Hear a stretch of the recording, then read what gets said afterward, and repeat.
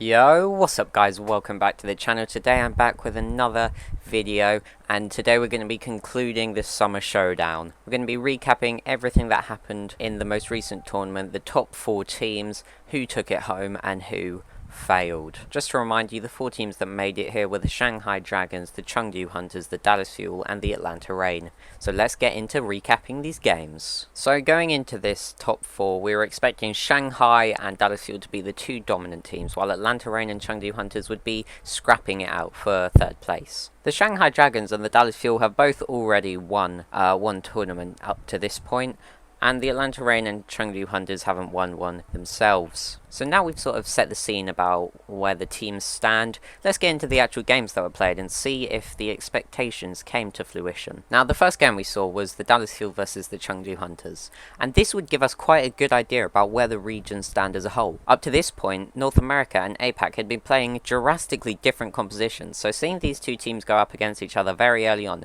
would give us an idea about how the rest of the tournament would play out. As we expected, we saw very different compositions come out from these 2 teams, as was theorized beforehand. We saw Wrecking Ball and Winston compositions from the Chengdu Hunters, and Reinhardt and Winston compositions from the Dallas Fuel. In the Summer Showdown, we saw Shanghai Dragons take down the Dallas Fuel using a Wrecking Ball composition, and this is where I got my original prediction for this game to be. I predicted the Chengdu Hunters with this one, which was quite an unpopular opinion going into the tournament. However, I was right, the Chengdu Hunters won this game. My thinking was the Chengdu Hunters have been playing this bull comp for a long time, and the Shanghai Dragons were able to take down the Dallas Fuel on this bull comp, playing very similar compositions to what we saw appear in this Chengdu Hunters versus Dallas Fuel game. I felt, although Shanghai Dragons I knew were overall a better Wrecking Ball team, back in the Summer Showdown, the Shanghai Dragons Wrecking Ball comp was not nearly as good as it could be, and I knew that the Chengdu Hunters Wrecking Ball would be better than the old Shanghai Dragons Wrecking Ball, giving me my take for the Chengdu Hunters winning this game. So the Dallas Fuel were knocked down to the lower bracket from game 1, and this was quite a shocker to many. I wasn't that surprised, but I think people still had faith in the Dallas Fuel to bring it back. As I did, I predicted myself Dallas Fuel to still make it to the final while losing their first game. I think this was a real wake-up call though for the North America region. They realised, oh no, Dallas Fuel is the best team on these compositions, which we had being the dominant compositions in our region, and the fact Chengdu Hunters, at best a top 2 Wrecking Ball team, just rolled over the Dallas Fuel is quite worrying for the North America region and the compositions they've been playing as a whole. I think it will be interesting to see going into the next tournament, the Countdown Cup, if any of the North America teams decide to switch over to that Wrecking Ball composition, or if they think they will be able to brute force their way through this. If I were them, I'd definitely be looking out for a good Wrecking Ball player, because Dallas Fuel are meant to be your best Winston and sometimes Ryan compositions team, and if they can't do it, I don't see any other team being able to. The most noticeable player for the Chengdu Hunters throughout this whole tournament was, as expected, Leave. Now, before the tournament, we were all talking about, okay, if Leave properly puts in the work here, he's got to be an MVP candidate, and oh boy, he did it. He must have heard all our prayers, we want Leave for MVP, and he answered them. Leave has a real shot getting MVP. He's definitely going to be nominated. If Leave is not nominated, there's going to be outrage. I mean, he could have the worst Countdown Cup of all time, and I'd still expect him to be nominated, considering how hard he's carried the Chengdu Hunters throughout these first 3 tournaments. But Leave properly dominated in this tournament especially, and it's exactly what we wanted to see from him. He'd shown us his potential in the past, and now it was just his time to shine.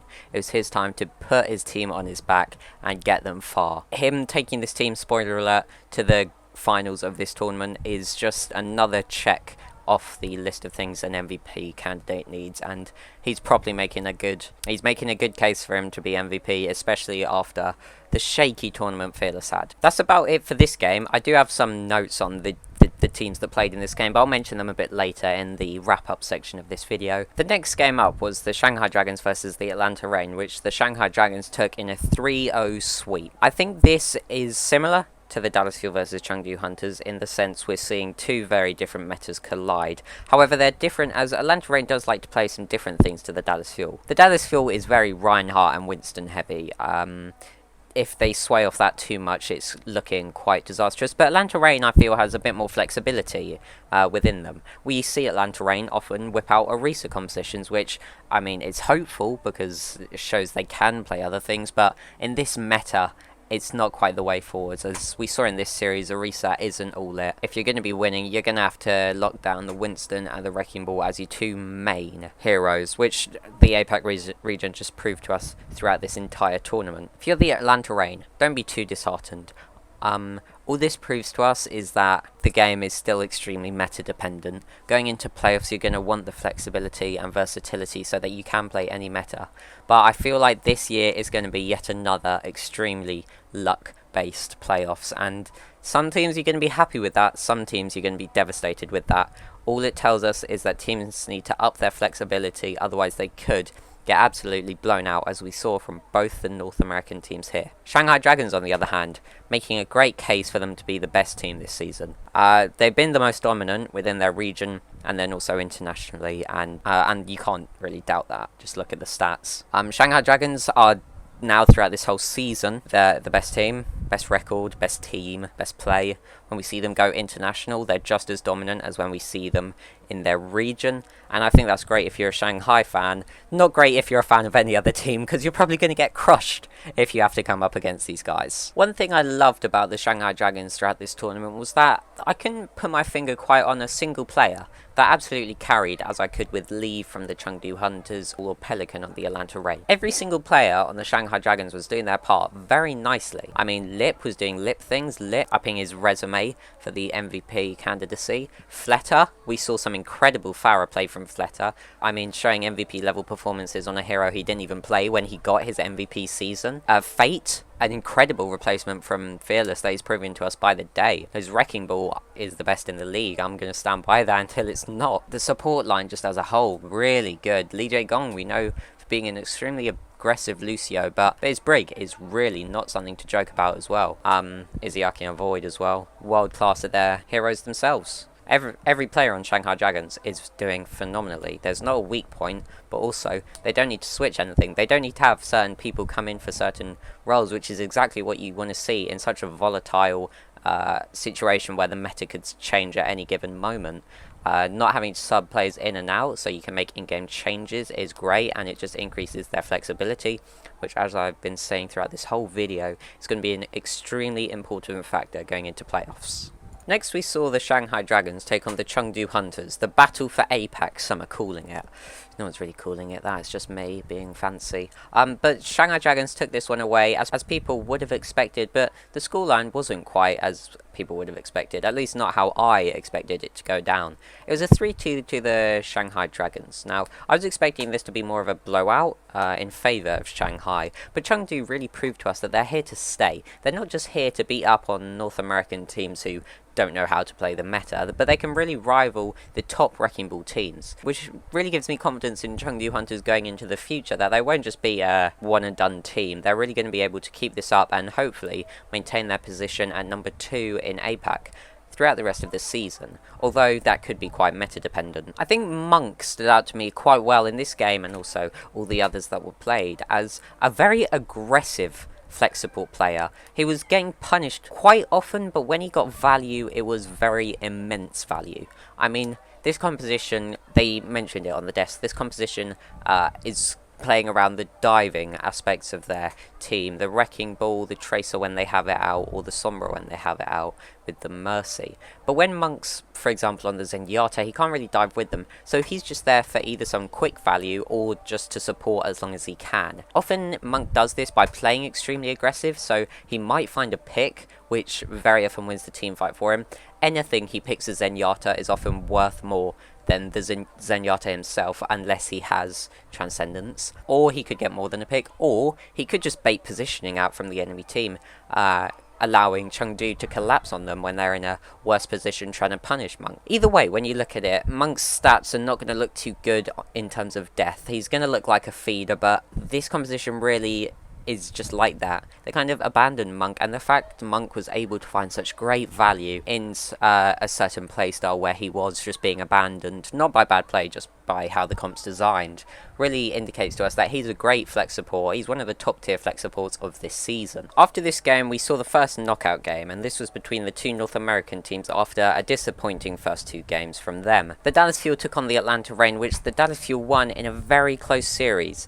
3-2 to them. This went as expected once more. I thought this would be closer than the APAC game would be, as when we've seen North American teams play each other, they do tend to be very close ones. It wasn't like these guys were playing identical compositions, which I've kind of been describing. They have been by collectively just calling all North American compositions NA comps.